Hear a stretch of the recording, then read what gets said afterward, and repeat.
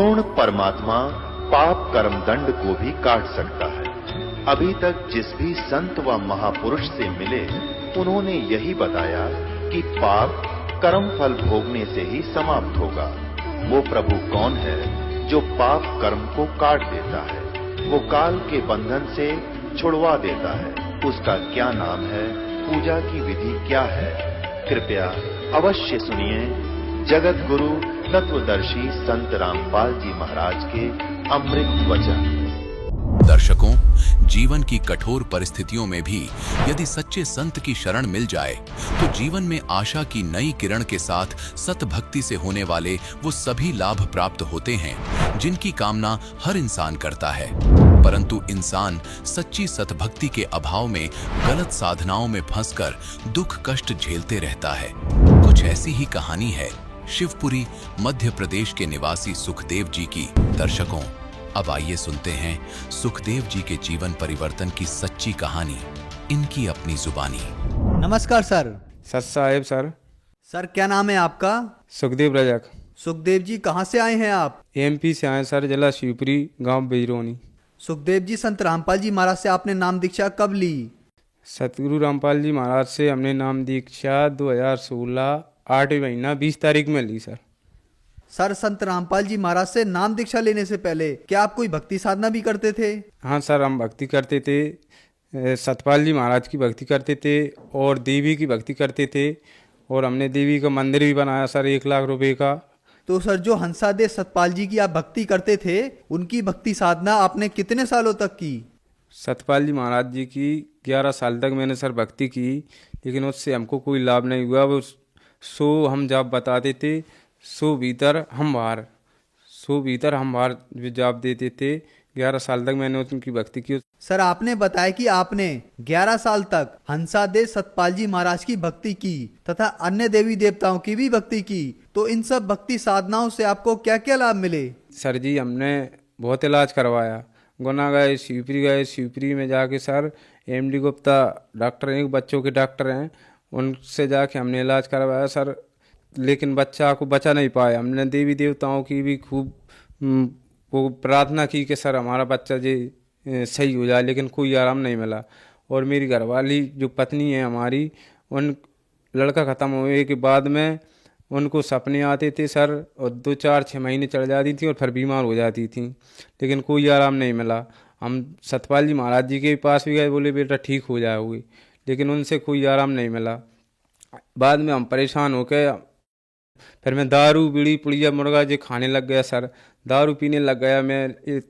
2 लड़की हैं सर मेरे, वो एक ही लड़का था। रक्षाबंधन से 8 दिन पहले ख़त्म हुआ सर, और लड़की अपने भाई के लिए राखी बांधने के लिए तैयार थी सर, लेकिन जब लड़का रक्षाबंधन से 8 दिन पहले ख़त्म हो गया सर, और जो देवी देवताओं ने उसको बचा नहीं पाया सर।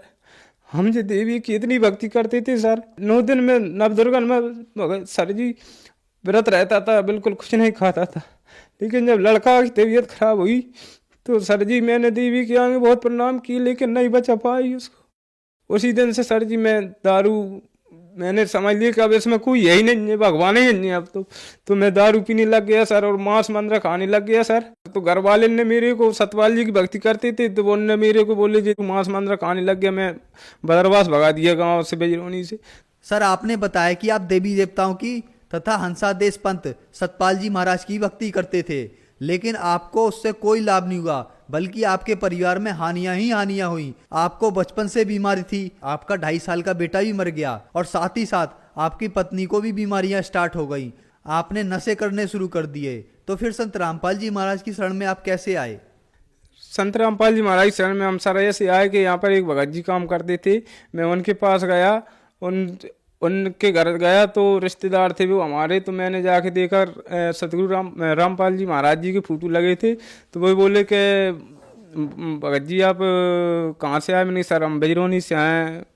तो बोले हम जी रामपाल जी महाराज से नाम ले लो और आपके सब कष्ट दूर हो जाएंगे। तो हमने कहा सर भगत जी इनके बारे में जी ऐसे ऐसे बोलते हैं। बोले भगत जी आप तो जी पुस्तक ले जाओ ज्ञान गंगा, इसको पढ़ना और आप टीवी पे सत्संग देखना। तो सर जी मैंने उनसे ये कहा कि भगत जी हमने बहुत भक्ति कर ली देवी देवताओं की, लेकिन हमको आराम नहीं मिल रहा है। हमारी 2 लड़की हैं सर, लड़का खत्म हो गया रक्षाबंधन से पहले, तो सर हमको लड़का चाहिए बस, और कुछ नहीं चाहिए हमको। तो बोले भगत जी ये तो आपको रुगों में देते हैं परमात्मा, ये लाभ तो आपको मिल ही जाएंगे, आप तो मोक्ष के बारे में सोचो। आप नाम ये पुस्तक ले जाओ ज्ञान गंगा, इसको पढ़ना आप और सत्संग देखना, और आपको समझ में जा ग्वालियर जाके नाम दीक्षा ले लेना। सर ठीक है भगत जी, मैं पुस्तक ले गया, घर पे जाके मैंने पुस्तक पढ़ी, सत्संग देखा, तो मेरे ज्ञान समझ में आया भगत जी, तो मैंने ग्वालियर जाके नाम दीक्षा ली। संत रामपाल जी महाराज से नाम दीक्षा लेने के बाद आपको क्या लाभ मिले? संत रामपाल जी महाराज जी से नाम लेने के बाद सर जी मैंने गुरु जी को दंडवत प्रणाम किया और अरदास लगाई कि परमात्मा जी 2 बच्ची हैं, इनको एक भाई दे दो मालिक। एक पहले इनका भाई था वो ख़त्म हो गया, जो रक्षाबंधन से 8 दिन पहले ही वो ख़त्म हो गया था सर जी। तो परमात्मा से प्रार्थना लगाने के बाद सर जी 9 महीने में, फिक्स 9 महीने में परमात्मा ने एक बहनों को भाई दे दिया था। और सर जी मेरे पैरों में गांठ थी बचपन से, तो मैंने उनका इलाज करवाया शिवपुरी, गुना, ग्वालियर, लेकिन कहीं पे भी आराम नहीं मिला।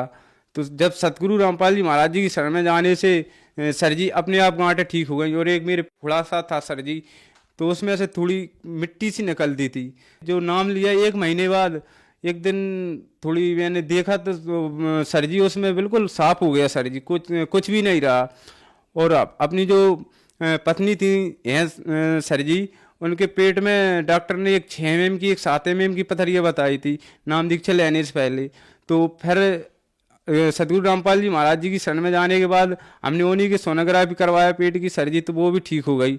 और सर जी उनको सपने आते थे, हमारी पत्नी को बहुत गंदे गंदे सपने आते थे, छोटे मरे जिंदे बच्चा आते थे, और 5-6 महीने चढ़ जाती थी तो बीमार हो जाती थी सर जी। और जब से संत रामपाल जी महाराज जी की शरण में आई हैं, जब से बिल्कुल भगत जी कोई सपने में अपने कुछ नहीं आते हैं, जब से सब ठीक है भगत जी।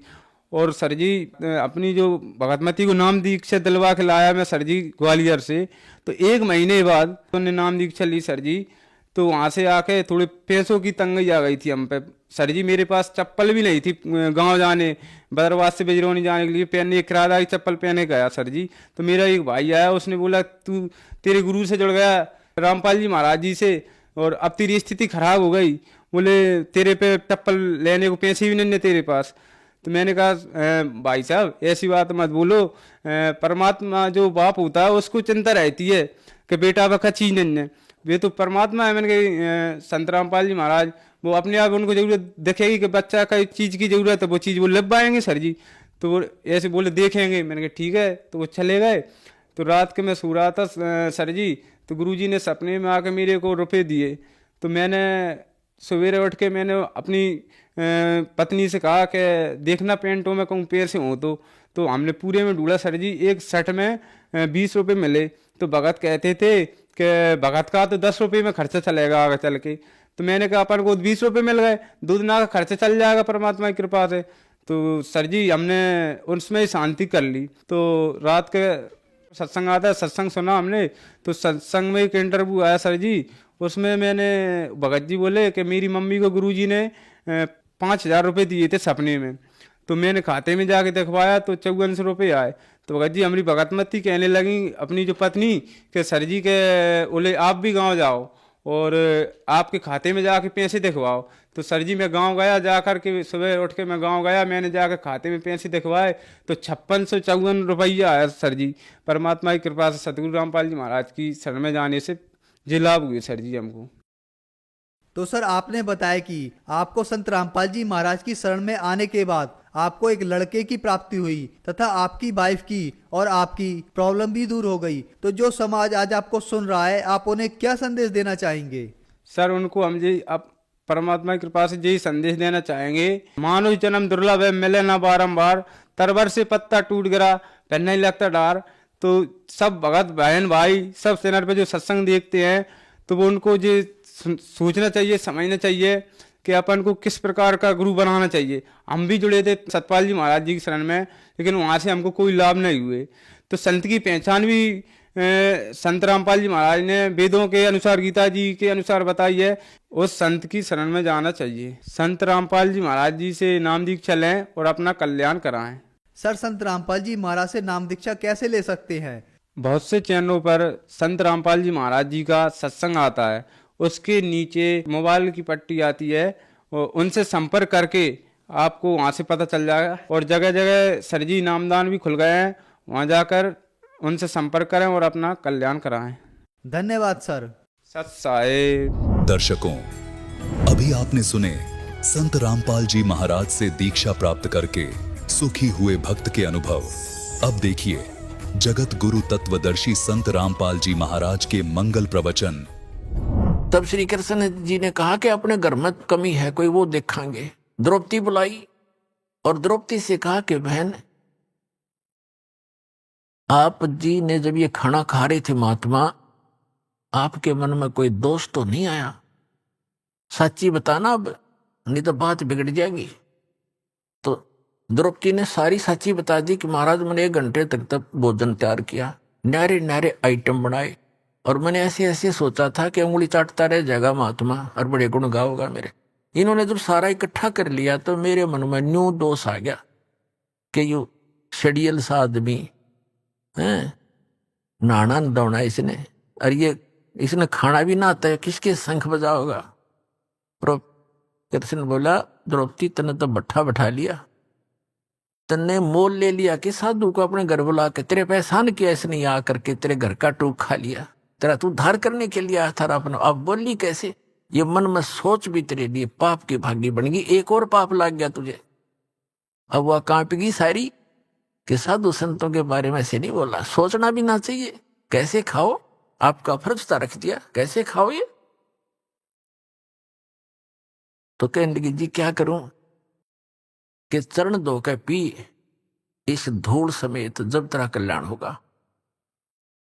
अब द्रौपदी ने कहते मरता क्या नहीं करता, लाई प्रात उठा के एक लोटे में जल भर के, भगवान बैठे थे सुदर्शन रूप में, उनके चरण धोए और वापस लोटे में गाल गए, गिलास में आधा पी लिया ना। जब श्री कृष्ण करने लगे, बहन मुझे भी दे दिया आधा, इसे महापुरुष का चरणामृत कहते युगा पर्यंत प्राप्त होता है। आधा श्री कृष्ण जी ने पिया। उस समय वो शंख वहीं से बजना शुरू हुआ था, और इतना जोर का बजता बजता पूरे पृथ्वी के ऊपर स्वर्गलोक तक आवाज सुनाई दी, प्यारी प्यारी। और पूरी पृथ्वी पर जितने भी वृक्ष थे सब हरे भरे हो गए, फल फूलों वाले फल फूलों से लदपत हो गए, फलों वाले फलों से लदपत हो गए। तब उनका 3 ताप कट्या उस परम पिता की शक्ति से।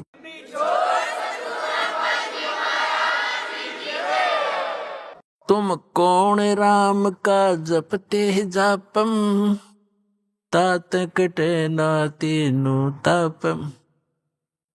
समर्थ का सरनाग हो रंग होरी हो, कभू न हो एकाज राम रंग होरी हो।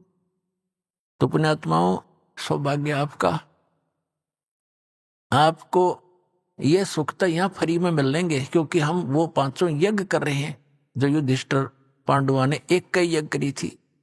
आज आप देख रहे हो 5 दिन का समागम चल रहा है, और कई हजारों की संख्या में पुण्यात्मा परमात्मा की प्यारी आत्मा आई हो। ये सभी भक्त हैं, सभी परमात्मा का सुबह उठते हैं, शाम दिन रात चर्चा करते हैं, घर पे जाते हैं, वहां भी इतना कोर्स दे रखा आपको भक्ति का, जैसे बालकों को सलेबस न्यारा होम टास्क अलग से, तो इतना कोर्स दे दिया, इस बिना आपका उद्धार नहीं हो सकता। कभी आरती कर रहे हो, कभी नित्यनेम कर रहे हो, कभी रमैनी कर रहे हो, कभी प्रथम मंत्र, कभी सेकंड मंत्र, फिर वाणी पढ़ रहे हो, कहीं सेवा कर रहे हो, दान कर रहे हो। तो ये जितने भी साधु संत यहाँ आ रहे हैं, और यहाँ आपका दिया हुआ जो धन है वो आपको बहुत लाभ दे रहा है, करोड़ गुना आपको फल यहाँ देगा और मोक्ष प्राप्ति होगी। ये एकमात्र स्थान इस पृथ्वी पर यदि कोई शास्त्र अनुकूल साधना और मोक्ष मार्ग है, सतलोक आश्रम में जो आपको प्राप्त हुआ, आपका सौभाग्य है। और भक्ति करते रहो, और परमात्मा ने अपनी कृपा कर रखिएगा आपको। ऐसे घोर कलयुग में किसी भी प्राणी को एक पल की चैन नहीं, एक पल की फुर्सत नहीं, समय नहीं उसके पास। सारा दिन तो एक रोटी के लिए धक्के खाता भटकता है, सपने भी उसी के आते हैं, कल उसका देना है, उसका लेना है, ये करना है, वो करना है, और करना भगवान ने, होना वही जो उसकी किस्मत में। तो ये उसको याद भी हो तो भी वो उस पर रुक नहीं सकता, क्योंकि उसको सहारा भगवान का साथ चाहिए। तो इसलिए पुण्यात्माओं, आप आम आत्मा नहीं हो, आप परमात्मा के वो विशेष हीरे और मोती लाल हो जिनके लिए वो भटक रहा है।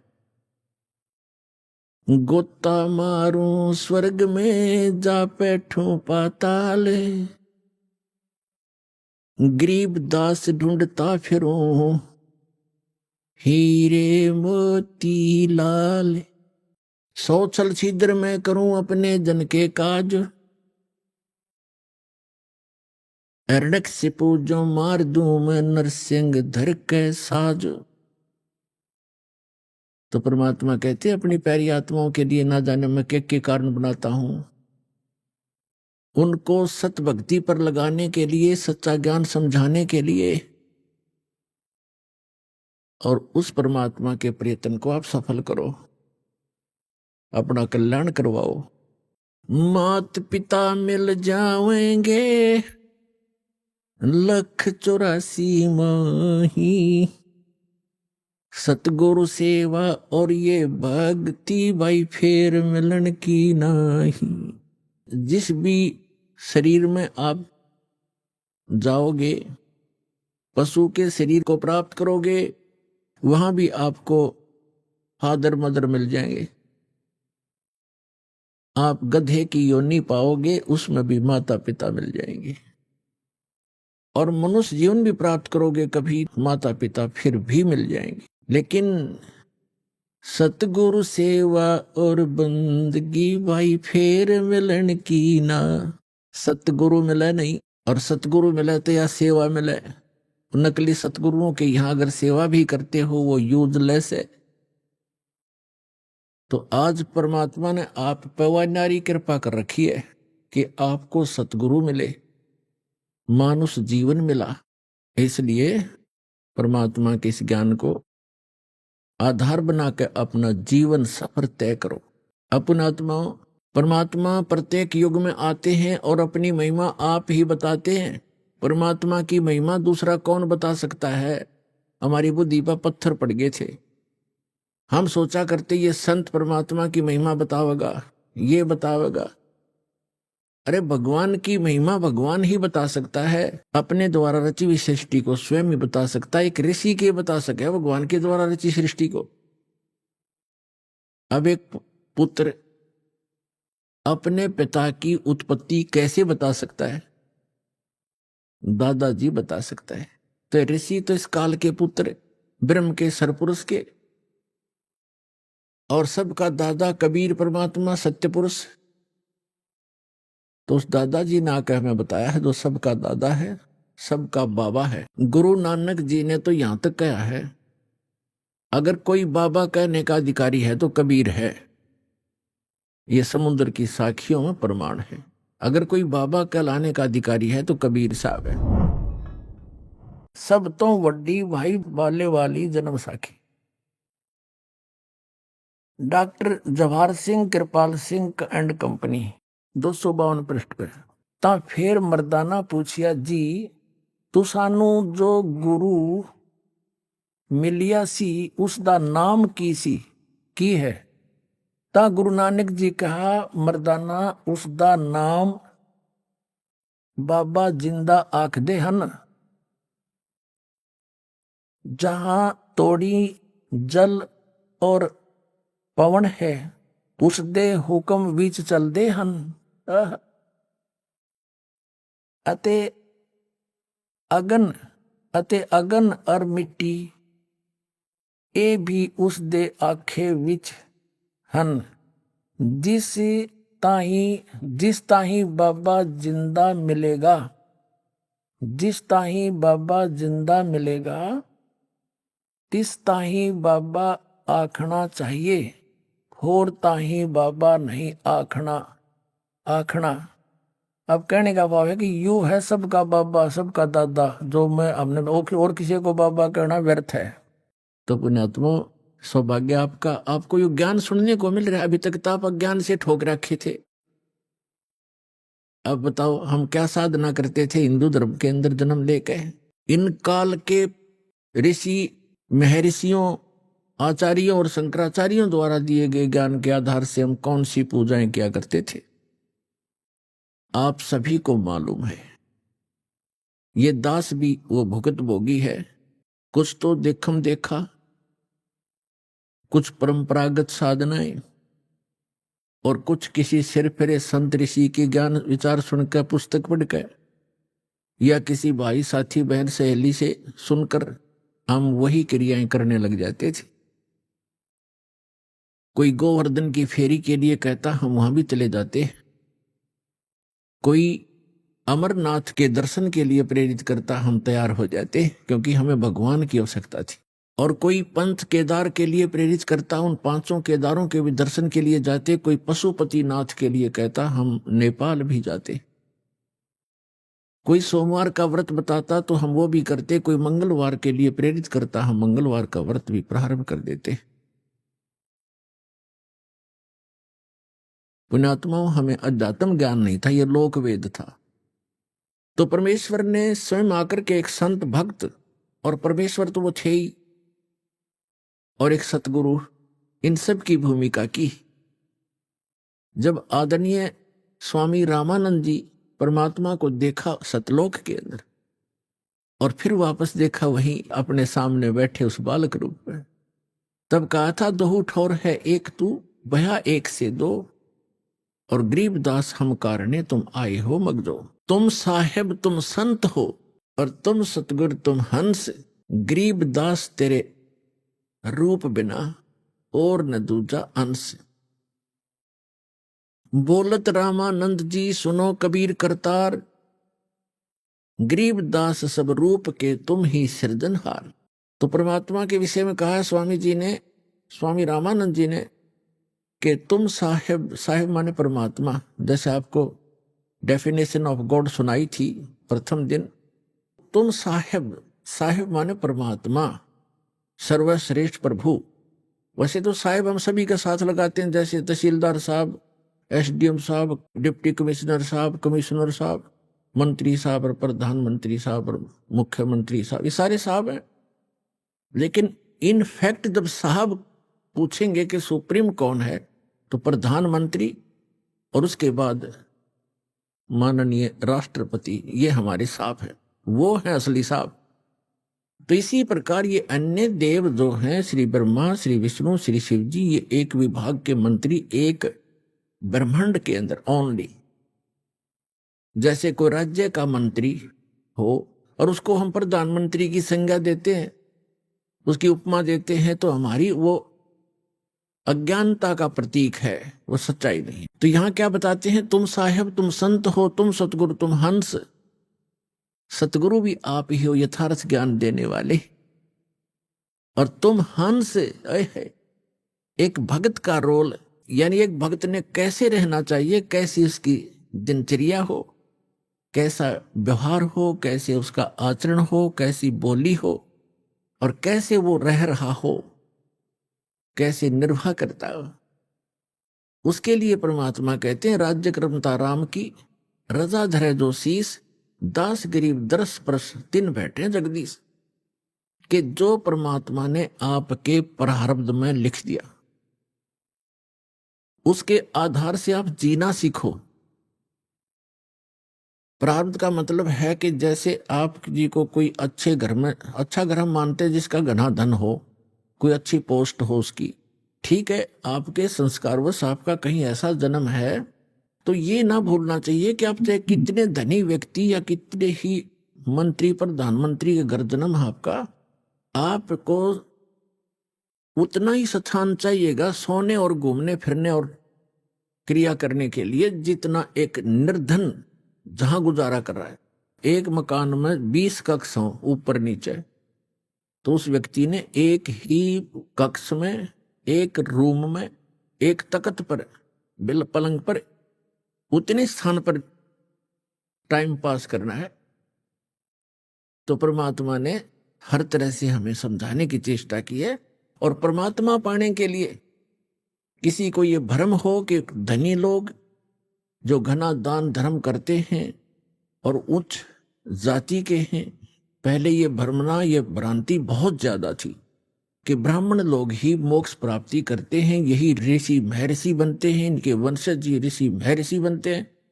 तो परमात्मा ने ये सारी फड़क निकाली थी, ये सारी भ्रांतियां निवारण करने के लिए एक गरीब जुल्हे की भूमिका की थी कि परमात्मा के भक्त को घड़ी आवश्यकता नहीं होती, और जब आवश्यकता होती है तो परमात्मा से वो छुपा नहीं होता, उसको सब पता होता है।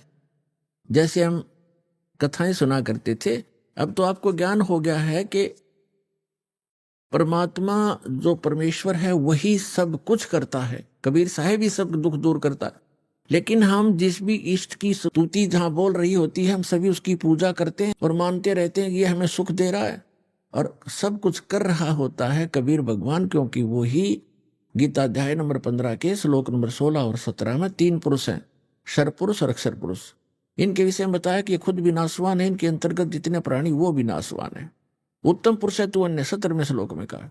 और ये लोग तरम अविश्य विवर्ती अवैश्वर है, वही सबका धारण पोषण करने वाला है, वो परम अक्षर ब्रह्म। इन दोनों से न्यारा सरपुरुष तो ये ब्रह्म है जो गीता का ज्ञान देता श्री कृष्ण में प्रवेश करेगा। सरपुरुष जो है इसको सरब्रह्म भी कहते हैं, ज्योति निर्जन काल भी कहते हैं। ये केवल 21 ब्रह्मांड का स्वामी, और अक्षर पुरुष 7 संग ब्रह्मांड का स्वामी है। और परम अक्षर ब्रह्म गीता अध्याय नंबर 8 के श्लोक नंबर 1 के उत्तर में अर्जुन को गीता ज्ञानदाता कहता है कि वो परम अक्षर ब्रह्म है, वो तत्ब्रह्म जो गीता ज्ञानदाता से अन्य और सुप्रीम गॉड है, कंप्लीट गॉड है। तो गीता अध्याय नंबर 15 के श्लोक नंबर 17 में कहा कि उत्तम पुरुष तु अन्य परमात्मा इति उदाहरते है। और ये लोग तरम आविश्य विभर्ति अवैश्वर है, वो तीनों लोगों में प्रवेश करके सबका धारण पोषण करता है, इंक्लूडिंग ब्रह्मा विष्णु महेश की भी वही आपत्ति निवारण करता है। जैसा कि आपको कल बताया था कि समुद्र पर जो पुल नहीं बन रहा था वो परमात्मा आए थे, क्योंकि वो भी उनके बच्चे हैं। चींटी से लेकर हाथी तक, रंग से लेकर राजा तक, देव से लेकर महादेव तक, निरंजन और दुर्गा तक उसी के बच्चे हैं। अपने बच्चों को वही संभालता है। अब जो दास आज प्रसंग सुना रहा है आपको, अब हम भगवान से मांगते हैं धन, और परमात्मा बने थे कति निर्धन, जुल्हा कपड़ा बनकर अपना टाइम पास करते थे।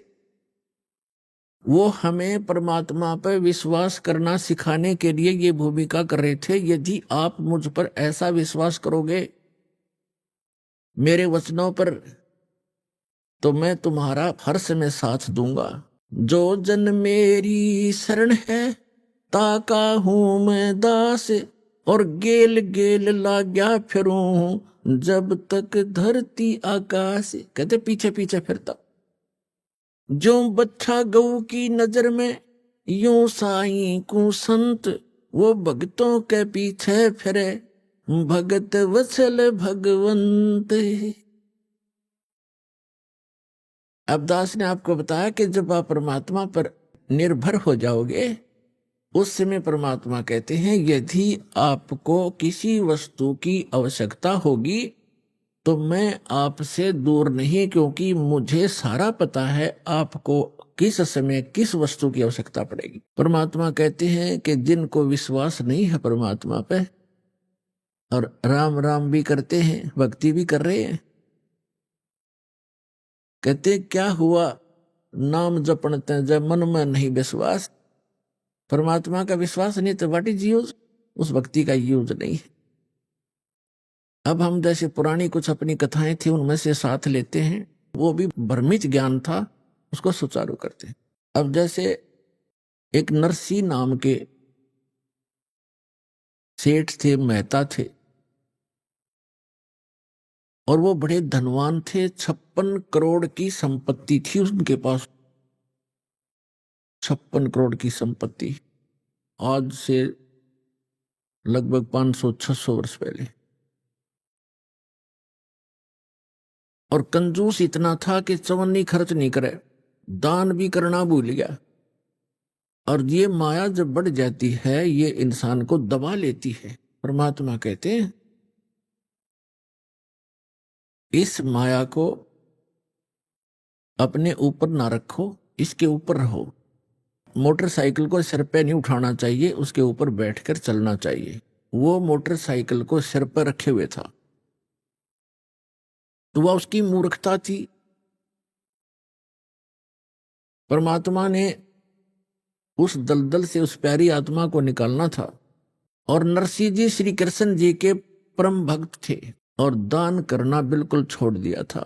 56 करोड़ उसकी संपत्ति थी और साथ में उसकी हुंडी चलती थी। हुंडी माने जैसे आजकल बैंक हैं और बैंकों में ड्राफ्ट बनाए जाते हैं। यहां बैंक में पैसा जमा करा दो, जिसके नाम ड्राफ्ट हो वही ड्राफ्ट को कैश करेगा। उसको चाहे रास्ते में कोई छीन भी ले, उसके साइन के बिना वो कैश नहीं करेगा, वो होगा ही नहीं कैश। तो इसलिए वो पैसे साथ ना ले जा करके ड्राफ्ट ले जाते, कागज सा होता है, चेक सा, और अगले बैंक में उसको जमा कर दिया जाता है। फिर वो वेरीफाई करके उसको कैश करते हैं। ऐसे हुंडी होती थी राजा की तरफ से, सरकार की तरफ से। ऐसे धनवान व्यक्तियों को कुछ सीमा बनाई थी कि 1000, 2000, 10,000 तक की आप हुंडी एक वर्ष में बना सकते हो, ड्राफ्ट बना सकते हो। वो क्या करते थे, पैसे रख लेते थे और अगले जिस शहर में उसने जाना था, किसी यात्री ने या सेठ ने, उस शहर में भी ऐसे हुंडी अलाउड होती थी किसी को बनाना, तो उसी के नाम ही बनाई जा सकती थी। और उन दोनों के आपस में प्रमाण पत्र होते थे, उनके सारे कागजात उनके एक दूसरे के पास होते थे कि सचमुच ये रिकॉग्नाइज्ड हुंडी बनाने वाला है। तो ऐसे उनमें से भी एक था, वो दरियों में से, उसकी धर्मपत्नी कुछ धार्मिक ज्यादा थी। उसने कहा कि सभी व्यक्ति नगर गांव के गंगा स्नान करने जा रहे हैं, गंगा घाट पे मुझे भी चलना है, मैंने भी जाना है, कुछ पैसे दे दो। वो कहने लगा पैसे का क्या करेगी, चल मैं भी साथ चलता हूं। उसने सोचा यह घना खर्च करेगी, मैं थोड़े में काम चला दूंगा। पैदल ले गया वहां से लेकर गंगा घाट तक। और जब स्नान करने लगे वहां ब्राह्मण विपर आ जाते हैं और कहते हैं कि स्नान करने वाले पहले कुछ दान दे तब तुम्हारा स्नान लगेगा। अब ऐसे उसके पास भी आगे परमात्मा खुद एक विपर रूप बना के और कहा सेठ जी दान करो, कुछ दान करो तब आपका स्नान लगेगा, वैसे स्नान से क्या फायदा। तो वो कहने लगा जी दान हम ना लाए, खर्चे जोगे पैसे लाए हैं, दान हम फिर करेंगे, पैसा भूल आए। उसकी पत्नी कहने लगी दे दे कुछ थोड़ा बहुत ब्राह्मण को, ऐसा क्यों जुल्म कर रहा है तू। कहने लगा चुप रह, तू घड़ी ना बोल रहा है, चुप। नान लाग गया। पंडित जी ने फिर कहा कि भाई नरा पानी में गोते मारने तो बात ना बना, कुछ धन का दान कर सेठ जी। उन्होंने सोचा ये ज्यादा बेइज्जती करे है। कहने लगा 1% दूंगा, 1%। बोला जी चलो दे दे, जो तेरी इच्छा है। कहने लगा यहाँ ना दूं, मैं थोड़े लाया हूं पैसे, घर आ जाना, नरसी मेरा नाम है, अरे वैसे ऐसे मेरा फलाना गांव है जूनागढ़ जैसे,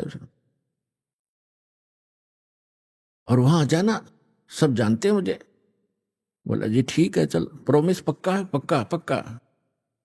बोला ठीक है। अब ना दो का आगे घर पे। अब उन्होंने तो जाके गठड़ी रखी थी घर में।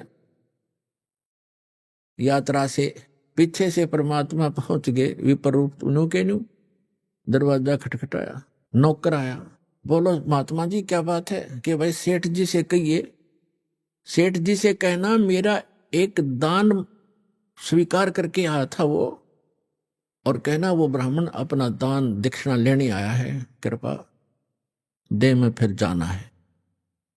नौकर ने जाके कहा जी कोई ब्राह्मण आया है, आपने गंगा जी पर उनको कुछ दान करने का प्रॉमिस किया था, वो अपना दान मांग रहा है। अब सेठ जी ने सोचा ये तो भाई चिपक गया, यहां भी आ मेरा कमबख्त।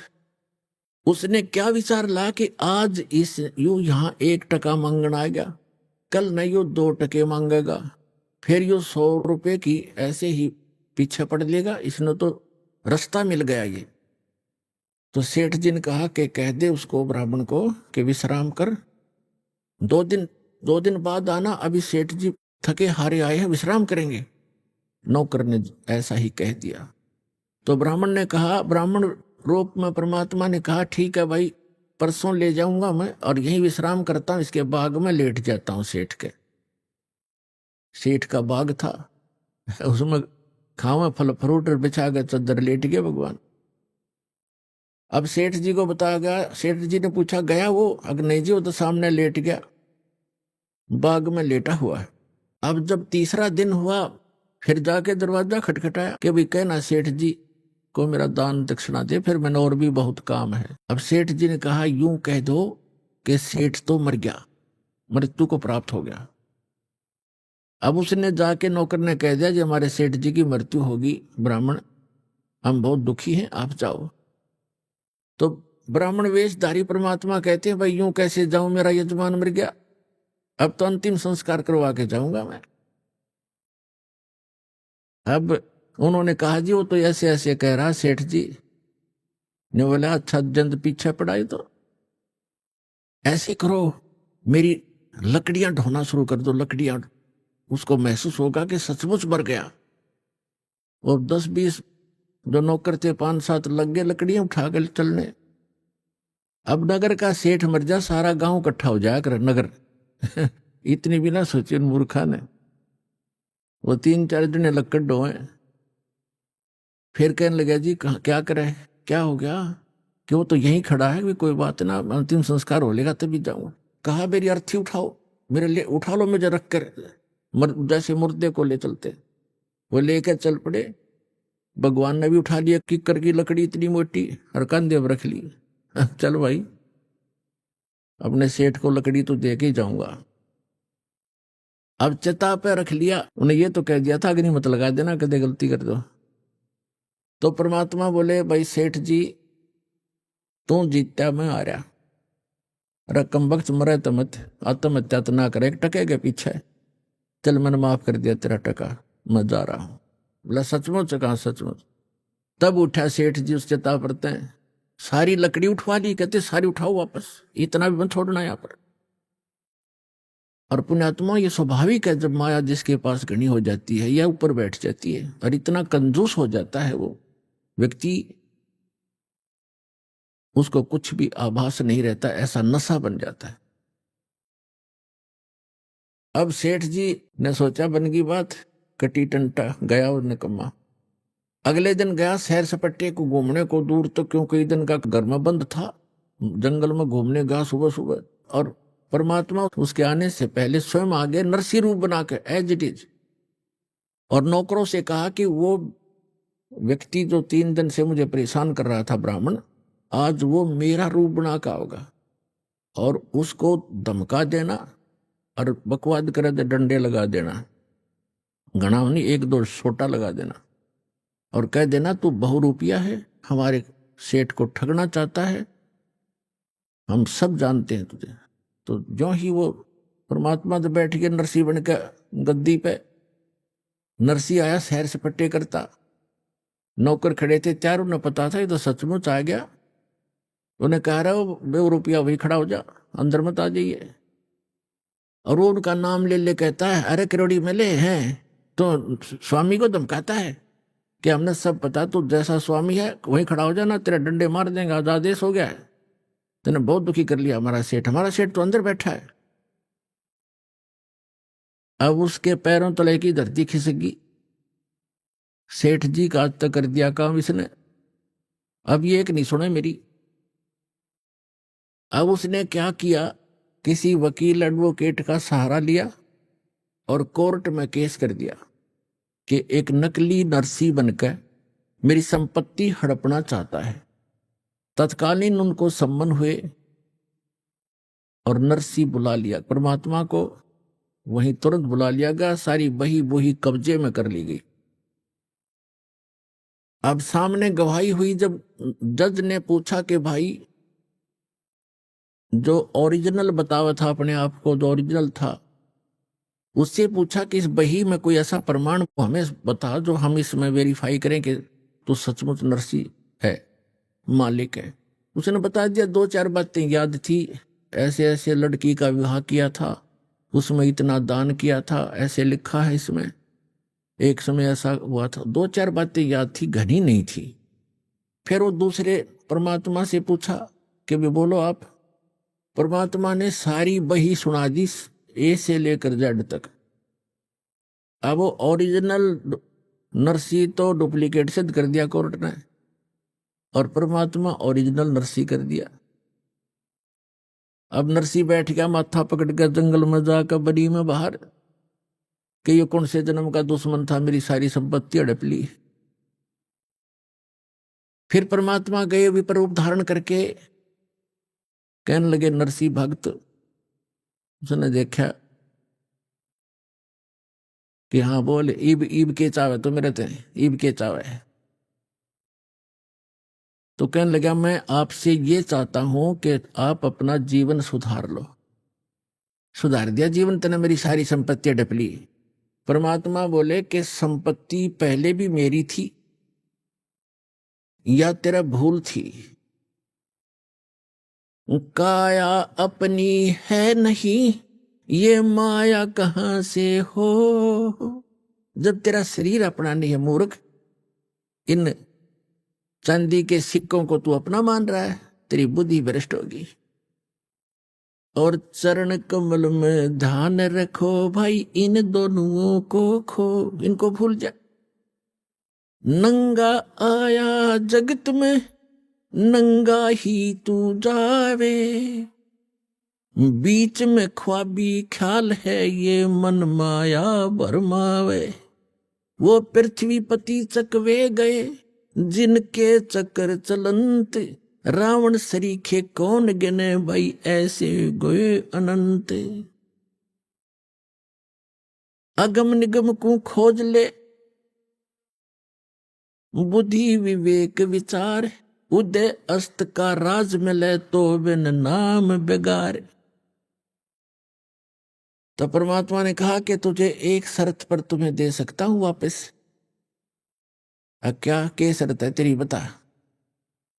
कि आप इसको दान कर दो, आपके लिए बहुत भयंकर सिद्ध हो जाएगी। आपने तो कोड इकट्ठा कर लिया, रे संतान तेरे नहीं, एक बेटी थी उसकी शादी कर दी। भले आदमी क्या करेगा इसका? तेरी मृत्यु के बाद ये तेरे हकीकी बांटेंगे, ये चाचे ताऊआ के भाई, और तो बनेगा गधा। ऐसे धन वैसे नहीं जुड़ता, ये तेने 2 के 20 बना रखे।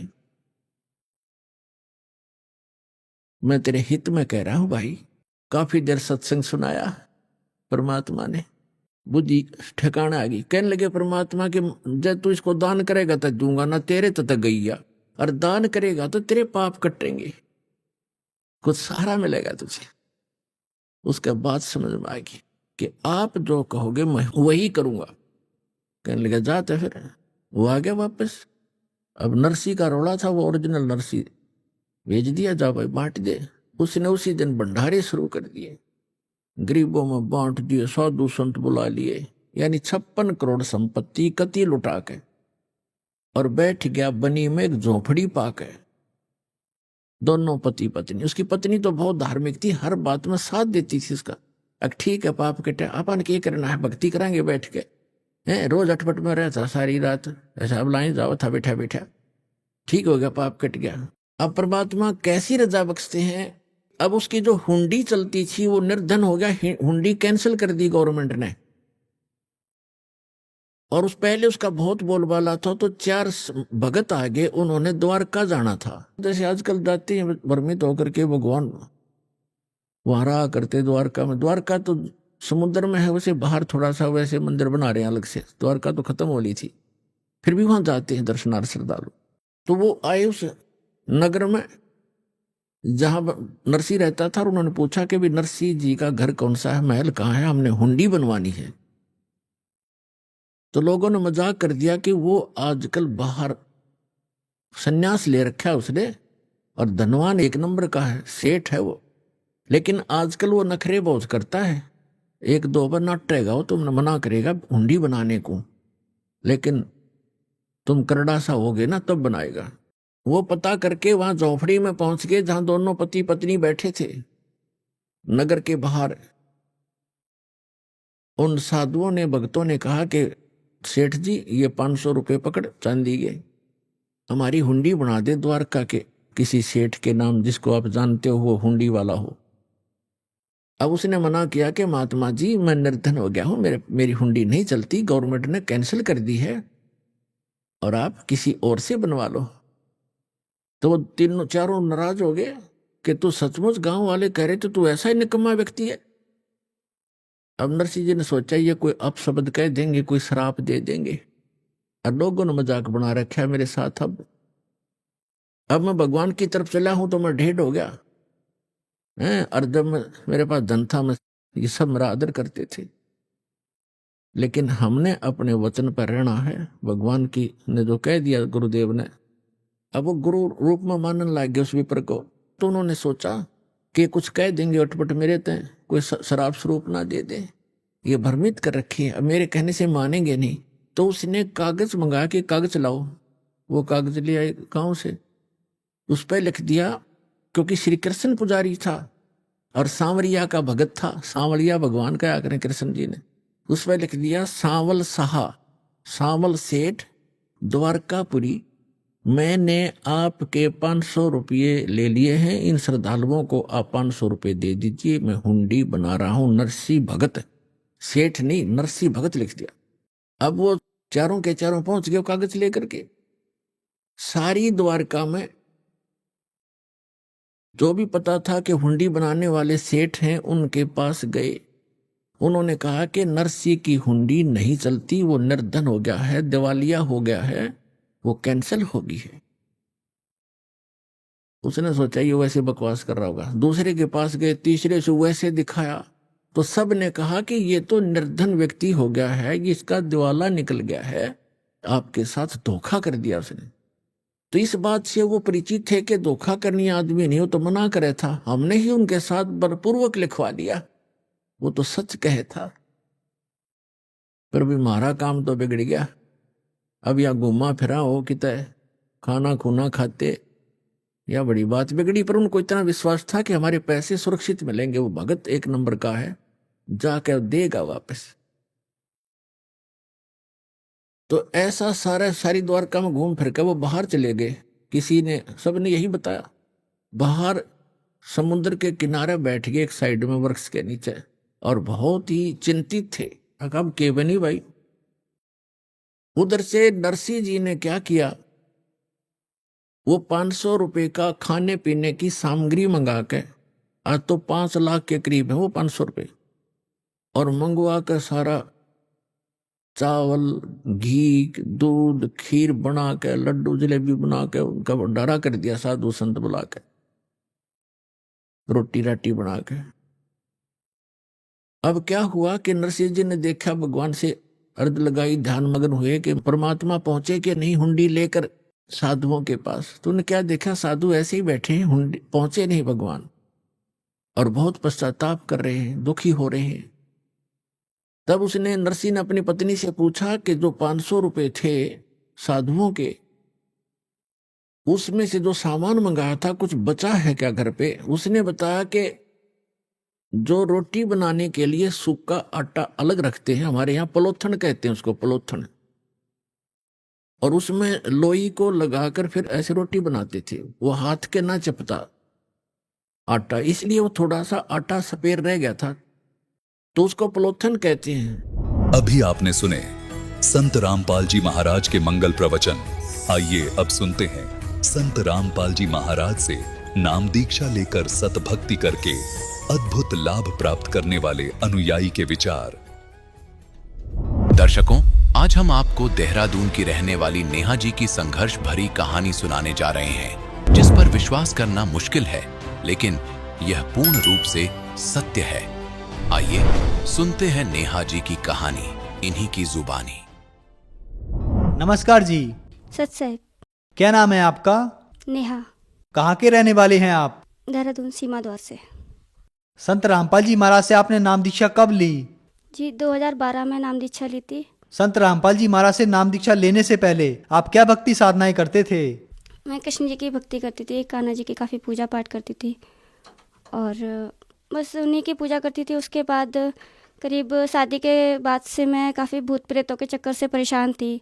ऊपरी अला बलाएँ मेरे ऊपर काफ़ी रहती थी, तो उन्हीं को मानती थी। और इधर उधर जो पूजा पाठ करते हैं, दिखाते हैं चावल वावल, उनको दिखाने जाती थी। बस उतनी देर तक आराम रहता था जितनी देर मैं वहाँ पे हूँ, जितनी देर इलाज चल रहा है। करीब 5-6 साल तो मुझे इन चक्करों में हो गया था, मुझे बिल्कुल आराम नहीं मिला था। कभी मतलब अपने हाथ से खाना बनाना तो दूर, खा नहीं पाती थी। उठना बैठना तक मेरा मुश्किल हो गया था। मेरे हाथ पैरों में इतना दर्द होता था, मैं खड़ी नहीं हो पाती थी। संत रामपाल जी महाराज के बारे में आपको कैसे पता चला?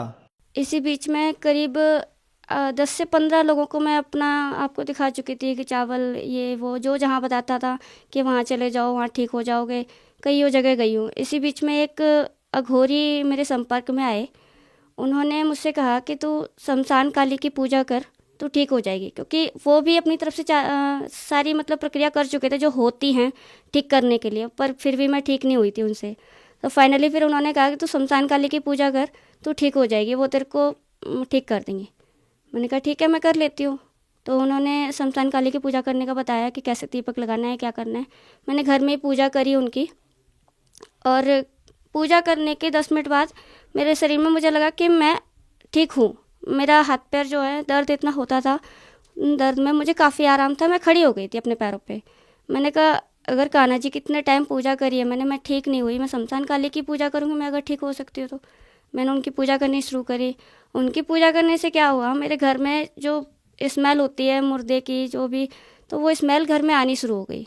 मेरे घर वाले, मेरे हस्बैंड और मेरे भैया जो है आदित्य दास, तो उन्होंने कहा कि तू पूजा मत कर, घर में बहुत गंदी स्मेल आनी शुरू हो गई है, ये पूजा छोड़ दे।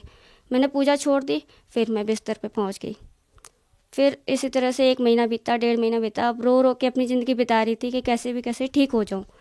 फिर मुझे दिमाग में आया, मैंने कहा छोड़ना, जब बदबू आनी है आने दे, लेकिन पूजा नहीं करनी, जिससे कम से कम अपने पैरों पे तो खड़ी हो जाऊंगी। फिर से मैंने चुपचाप से बिना किसी को बताए दीपक लगा दिया माता रानी का, और बैठ के उनके आगे हाथ जोड़ के कि मुझे बस ठीक कर दो, और जो भी है बस ख़त्म करो ये सारी चीज़ें। मैंने उनका दीपक लगाया। अगले दिन क्या हुआ पता नहीं, उन्होंने मेरे सपने में आकर कहा कि मैं तेरे साथ ही रहूँगी, तू मेरी पूजा कर और मैं तुझे बिल्कुल ठीक कर दूँगी। और करीब 6 महीने तक वो मेरे साथ रही। उन्होंने हर चीज़ मुझे बताई। वो सामने मुझे दिखती थी एक सिंपल औरत के रूप में, काली साड़ी में, मेरे घर में रहती थी। मैंने उनसे एक प्रार्थना करी कि माता रानी मेरे घर में आपके आने से बदबू हो जाती है, वो चीज़ ना हो, आप सौम्य रूप में मेरे साथ रहो। उन्होंने ऐसे ही करा। वो सौम्य रूप में मेरे साथ रहने लगी, सिंपल औरत के रूप में। और 6 महीने तक करीब मैंने उनकी पूजा करी। फाइनली अभी पिछले महीने शायद, हाँ जनवरी लास्ट में उन्होंने मुझसे कहा कि बेटा अब तुम मुझे मेरी पूजा छोड़ दे। मैंने कहा क्यों माता रानी? उन्होंने बोला कि अब तू मरने वाली है, 1 हफ्ते का टाइम है तेरे पास। मैंने कहा आप ऐसा क्यों बोल रहे हो? कह रही कि जितना मेरे से हो सकता था मैंने उतना तेरे रक्षा करी, लेकिन अब मेरे बस का नहीं है, अब तेरा टाइम जो है पूरा हो चुका है। अगर तुझे बचना है तो तू संत रामपाल जी महाराज की शरण में चली जा। मैंने कहा अब मैं आपको कैसे छोड़ूं, मेरा तो आपसे दिल लग चुका है। मैं काफ़ी रोई उनकी इस बात को सुनकर, क्योंकि एक माँ की तरह वो मेरे साथ रहती थी। रात को वो मुझे सुलाती थी। हालांकि इस बात पे कोई विश्वास नहीं करेगा, लेकिन मेरी माँ से जितना प्यार मुझे नहीं मिला, इतना उन 6 महीनों में उन माता रानी ने मुझे वो प्यार दिया। लास्ट नाइट जब माता रानी ने बोला कि बेटा तू सुबह सुबह उठकर फटाफट तैयार होकर वहाँ चली जाना, नामदान सेंटर, वहाँ तक मैं तेरे साथ जाऊँगी, उसके बाद मैं चली जाऊँगी वापस। तो उस रात जो लास्ट नाइट थी उनकी, तो उन्होंने मुझे करीब 3-3.5 घंटे अपनी गोद में सिर रख के उन्होंने मुझे सुलाया। और उस रात जो हुआ मेरे साथ, वो अगर मैं बताती हूँ, मैं आज भी रोंगटे खड़े हो जाते हैं। रात को करीब 3.5 घंटे के बाद जब मैं थोड़ी थोड़ी सोने लग गई थी, तो एक काला काफ़ी लंबा चौड़ा आदमी मेरे पैरों के पास आके बैठा। पहले तो थोड़ा सा एहसास हुआ जैसे पैरों के पास कोई बैठा हुआ है। मैं माता रानी के कमरे में ही थी, ऐसा लगा जैसे कोई बैठा हुआ है। पहले मैंने देखा तो कोई नहीं, दोबारा देखा तो वहाँ पर एक आदमी बैठा हुआ था। सिर्फ उसने पैंट जांघिया पहना हुआ था और पूरा काला था, आंखें उसकी काफ़ी बड़ी बड़ी। मैंने जैसे ही उसकी तरफ देखा मैं थोड़ा सा डर गई। हालांकि इतना वो नहीं हुआ, क्योंकि माता रानी के साथ रहते रहते काफ़ी थोड़ा सा वो हो गया था, मुझे डर अंदर से काफ़ी हद तक निकल गया था। लेकिन फिर भी कहीं ना कहीं लगा कि ये कौन है कि माता रानी के होते हुए भी यहाँ पर आ गया। तो उसने मेरे जो है पैर पकड़ लिया और मेरी आवाज़ बंद हो गई। तो मेरे दिमाग में आया कहीं ये यमदूत तो नहीं है कि माता रानी ने बोला था कि आज तेरी लास्ट नाइट है, तो सुबह चली जाना। तो जब उसने मेरे पैर पकड़ लिए, मेरी आवाज़ बंद हो गई और मैं माता रानी से प्रार्थना कर रही। इतनी बुद्धि मेरे में नहीं आई कि मैं परमात्मा का नाम ले लूँ, संत रामपाल जी का नाम ले लूँ, जिससे मेरे पैर छूट जाए और ये चला जाए। माता रानी का ही नाम ले रही हूँ, वो नहीं आई। और वो काफ़ी देर तक मेरे पैर पकड़े रहा और मैं पता नहीं किस तरह से छूटी। परमात्मा ने ही मेरी रक्षा करी उस टाइम पर कि उसने मेरे पैर छोड़ दिए और मैं भागकर दूसरे कमरे में गई जिसमें मेरे हस्बैंड सो रहे थे। उन्होंने पहले से नाम दीक्षा ली हुई है। उनको मैंने बुलाया, मैंने कहा जल्दी से आओ, यहाँ पर कोई है। तो उन्होंने जैसे ही वो कमरे में आए, उन्होंने परमात्मा की वाणी बोलना शुरू करी। वो बंदा वहाँ से भाग गया। जो भी था मुझे नहीं पता। अगले दिन जब मैंने माता रानी से पूछा, मैंने कहा ये क्या था, तो उन्होंने बताया कि यमदूत था और ये तेरी लास्ट नाइट थी, तू बच गई, बहुत बड़ी बात है, तो फटाफट जा और नामदान लेके आ। फिर वापस जब यहाँ पर मैं आई तो 26 जनवरी को संत रामपाल जी महाराज से मैंने नाम दीक्षा ली नामदान सेंटर में। और उस दिन से आज की डेट है और आज मैं बिल्कुल ठीक हूँ और परमात्मा की यूं ही दया रहेगी, मैं हमेशा यूं ही ठीक रहूँगी। संत रामपाल जी महाराज से नाम दीक्षा लेते ही आपकी जो बीमारी थी वो ठीक हो गई, तो क्या अन्य भी लाभ प्राप्त हुए इस नाम दीक्षा से आपको? लाभ तो जी कई सारे हैं। घर में कलेश रहता था, हर समय मैं चिड़चिड़ी रहती थी, वो चीज़ बिल्कुल ठीक हो गई है। मैं बिल्कुल शांत हो गई हूँ। घर में भी कलेश ख़त्म हो गया है। मेरे हस्बैंड का काम नहीं चलता था, जब से उन्होंने नामदान लिया है बिल्कुल काम अच्छे से चलने लगा है। ट्यूशन खोला हुआ उन्होंने, तो ट्यूशन काफ़ी अच्छा चल रहा है उनका। संत रामपाल जी महाराज की शरण में आने से आपको बहुत लाभ मिले, तो आप जन समुदाय को क्या संदेश देना चाहेंगे? संदेश तो यही है सर कि इस ब्रह्मांड में पता नहीं कितने नकली गुरु घूम रहे हैं, कितने नकली देवी देवताओं की पूजा करने के लिए बोलते हैं, वो नकली गुरु हैं। आप पूर्ण परमात्मा संत रामपाल जी महाराज की शरण में आइए, जिससे आप सबकी मुक्ति हो सके। पता नहीं कितने लोग परेशान हैं जिन कष्टों से मैं निकल के आई हूँ। मैं भी यही सोचती थी काश मेरे पास कुछ ऐसी चीज़ हो जिससे मैं लोगों की परेशानी दूर कर सकूं, लेकिन परमात्मा जो कर सकते हैं वो कोई भी नहीं कर सकता। पूर्ण परमात्मा स्वयं भगवान इस धरती पर आए हुए हैं। आप उनकी शरण में आइए, हर कष्ट दूर होगा, हर परेशानी दूर होगी। आपने कहा कि जब माता रानी की शरण में थी तो माता रानी ने आपको कुछ दिन के लिए राहत दी, लेकिन जब आपकी मौत आई तो माता रानी ने आपके सिर से हाथ हटा लिया और उन्होंने ही आपको खुद कहा कि अब संत रामपाल जी महाराज की शरण में जाएं, वहाँ ही आपको जीवन दान मिल सकता है। लेकिन बहुत सी दुनिया है जो आज भी माता रानी पर आधारित है, माता रानी की भक्ति करती है, तो आप क्या कहना चाहेंगे कि उनको माता रानी की भक्ति करते रहना चाहिए या नहीं? संत रामपाल जी महाराज वेदों के मुताबिक ही भक्ति देते हैं और वेदों में लिखा है कि जो तत्वदर्शी संत की शरण में होता है उसकी जान जो है तब तक नहीं जाती जब तक वो मतलब उसकी भक्ति पूरी ना हो जाए, वो इस संसार से सारी चीज़ें पूरी ना कर ले। जैसे उसका कोई काम रह रहा है, बच्चे छोटे हैं और काल लोक की जो पूजा करता है वो कब निकल जाएगा पता नहीं चलता, काल कब उसको उठा लेगा पता नहीं चलता। लेकिन परमात्मा की शरण में, संत रामपाल जी की शरण में जो रहता है उसकी भक्ति जब तक पूरी नहीं जाती, सारे काम पूरे नहीं जाते, तब तक परमात्मा उसको जाने नहीं देते, उसको अपने साथ लेके जाते हैं, सतलोक लेके जाते हैं। संत रामपाल जी महाराज ही तत्वदर्शी संत हैं और अकेली मैं ही नहीं हूँ जिनको जीवन दान मिला है। कई सारे ऐसे भक्त मिल जाएंगे जिनको जीवन दान मिला है, जिनकी वो भक्ति करते थे, ब्रह्मा विष्णु महेश हो या कोई माता हो, कोई देवी हो, जो उनके साथ परेशानियाँ हुई, जो परेशानियाँ वो दूर नहीं कर पाए, वो संत रामपाल जी महाराज दूर कर सकते हैं और दूर करी है उन्होंने। संत रामपाल जी महाराज ने ही मुझे जीवन दान दिया है, जो कि माता रानी के बस में नहीं था, उन्होंने ही मुझे यहाँ पर भेजा। संत रामपाल जी महाराज ही पूर्ण परमात्मा कबीर साहब का अवतार है। संत रामपाल जी महाराज की शरण में आने के लिए क्या करना होगा? जी, टीवी पर जो चैनल आते हैं इन पे परमात्मा की वाणी चलती है शाम के टाइम, उस पे नीचे काफ़ी सारे नंबर्स होते हैं, उस पे कॉल करके आप नामदान सेंटर का एड्रेस ले सकते हैं और एड्रेस पे जाके आप नामदान ले सकते हैं। काफ़ी चीज़ें हैं, ज्ञान गंगा की पुस्तकों का जो पुस्तक बांटते हैं उसमें भी नंबर्स हैं काफ़ी, उसमें जाकर आप कांटेक्ट कर सकते हैं। धन्यवाद जी। धन्यवाद।